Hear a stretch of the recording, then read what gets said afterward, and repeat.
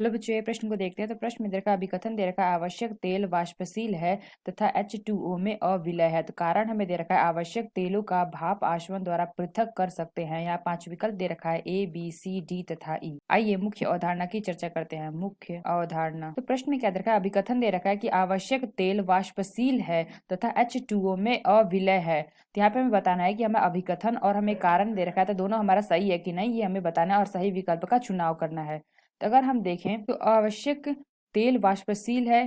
तो यहाँ पे अगर हम देखें तो जो हमारा तेल होता है यानी कि उस तेल में हमारा क्या होना चाहिए, एरोमेटिक यौगिक होना चाहिए।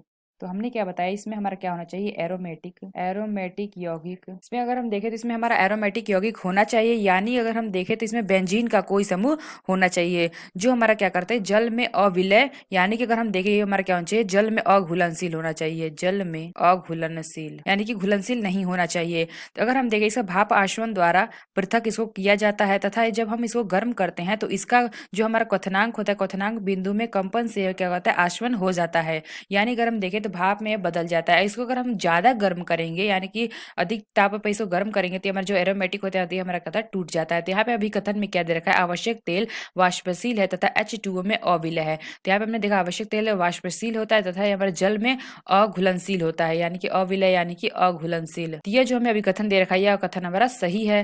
तो इसके लिए अगर हम कारण देखें तो कारण हमें क्या दे रखा है, आवश्यक तेलों को भाप आसवन द्वारा पृथक कर सकते हैं। तो यहाँ पे हमने क्या देखा, आवश्यक तेलों को भाप आसवन द्वारा यानी कि भाप आसवन द्वारा इसको पृथक कर सकते हैं, यानी कि अलग, पृथक का अर्थ क्या होता है, अलग कर सकते हैं। तो ये भी हमारा कारण क्या है, सही है। तो ये हमारा जो कारण है ये अभिकथन की व्याख्या कर रहा है। तो इसको हम क्या करते हैं, भाप आसवन द्वारा इसको हम पृथक कर सकते हैं। तो यहाँ पे क्या होता है, भाप में बदल जाता है और ज्यादा गर्म करते हैं तो जो हमारा एरोमेटिक यौगिक होता है हमारा टूट जाता है। तो यहाँ पे हमने देखा कि अभिकथन और कारण हमारे दोनों क्या है, सही है। तो ये हमारा क्या होता है, जल में अघुलनशील होना चाहिए, आवश्यक तेल का वाष्पन है जो हमारा क्या होता है H2O में अविलय हो यानी कि अघुलनशील हो, और ये हमारा क्या होना चाहिए, एरोमेटिक एक यौगिक होना चाहिए, यानी कि इसमें क्या होना, बेंजीन हमारा एक समूह उसका उपस्थित होना चाहिए।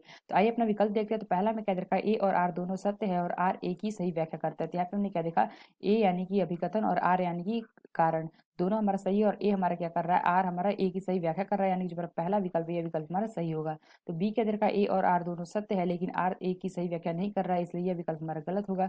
तो सी के अंदर का ए सत्य है लेकिन आर असत्य है, तो ये भी हमारा गलत है। डी के अंदर का ए सत्य है लेकिन आर सत्य है, तो ये भी हमारा गलत है। तो ई के अंदर का ए और आर दोनों असत्य है, तो ये भी हमारा गलत है। तो यानी हमने देखा जो हमारा ए विकल्प है यह विकल्प हमारा सही होगा। तो आशा करते हैं आपको समझ में आया होगा। धन्यवाद।